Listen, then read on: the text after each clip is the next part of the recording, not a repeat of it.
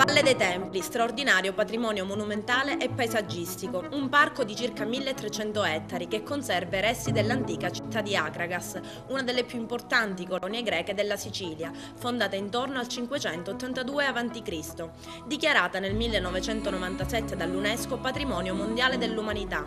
Oggi la valle riceve un elogio anche dal prestigioso New York Times attraverso il settimanale Style, che invita i suoi lettori a visitarla. L'ennesimo riconoscimento ai templi agrigentini, da poco decantati e apprezzati da altri tre giornali internazionali di nota fama, l'inglese Sunday Times, lo spagnolo El País e l'austriaco Die Presse. Si tratta di riconoscimenti importanti che innalzano la città di Agrigento ad un livello di eccellenza, rientrando tra le mete archeologicamente più interessanti al mondo. E di riferimento alle righe spese dal New York Times interviene l'assessore regionale ai beni culturali all'identità siciliana Sebastiano Missineo, affermando che l'articolo vale più di qualsiasi spot.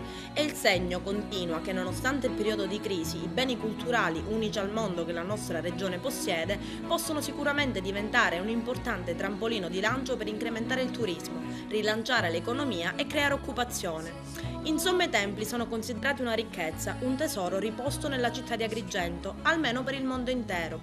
Ma non tutta la gente che vive in città la pensa in questo modo. Più volte si è sentito parlare di agrigentini che estremizzando proponevano di abbattere i templi.